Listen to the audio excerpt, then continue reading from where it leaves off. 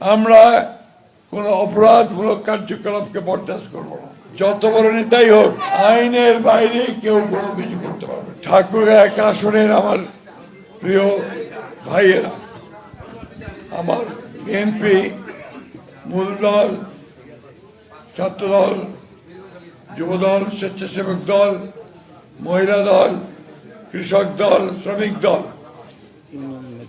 এবং আমাদের বিভিন্ন আরো অঙ্গ সংগঠন যা আছে তারা এবং আমাদের ইউনিয়নের নেতৃবৃন্দ, আমাদের হিন্দু বৌদ্ধ খ্রিস্টান কল্যাণ ফ্রন্টের নেতৃত্ব, আপনাদের সকলের সমবেত প্রচেষ্টায় ভাই তোমরা থামিবেন বিছানা, একটু দয়া করে একটু থামেন না, একটু সকলের সমবেত প্রচেষ্টায় আমরা বিজয় অর্জন করেছি।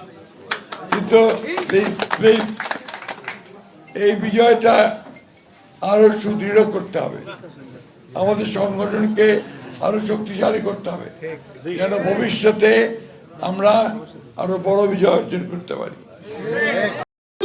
ভবিষ্যৎ হোক নিরাপদ, বিনিয়োগ হোক বিশ্বস্ত, আর আমার পছন্দ সল্ট বে। ওয়েলকাম টু সল্ট বে। একটা কথা আজকে আমি খুব পরিষ্কার বলতে চাই আপনাদের কাছে, আমরা কোন অপরাধমূলক কার্যকলাপকে বরদাস্ত করব না। সে যেই হোক, যত বড় নেতাই হোক, যদি আমাদের দলের সুনাম ক্ষুণ্ণ হয়, আমাদের কোনো সুনাম ক্ষুণ্ণ হয়, তাহলে তার বিরুদ্ধে ব্যবস্থা নিতে আমরা এতটুকু দ্বিধা করব না।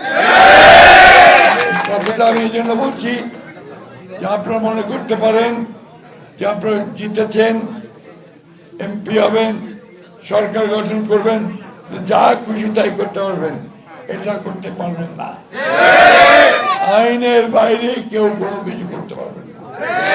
আমাদের নেতৃবৃন্দ আছেন, তারা আপনাদেরকে সবসময় গাইড করেছেন, তাদের সঙ্গে কথা বলবেন, পরামর্শ করবেন। আমি সবসময় ঠাকুরে থাকতে পারি না, কিন্তু আমাদের নেতারা আছে তো, তাদের সঙ্গে কথা বলে কাজ করবেন।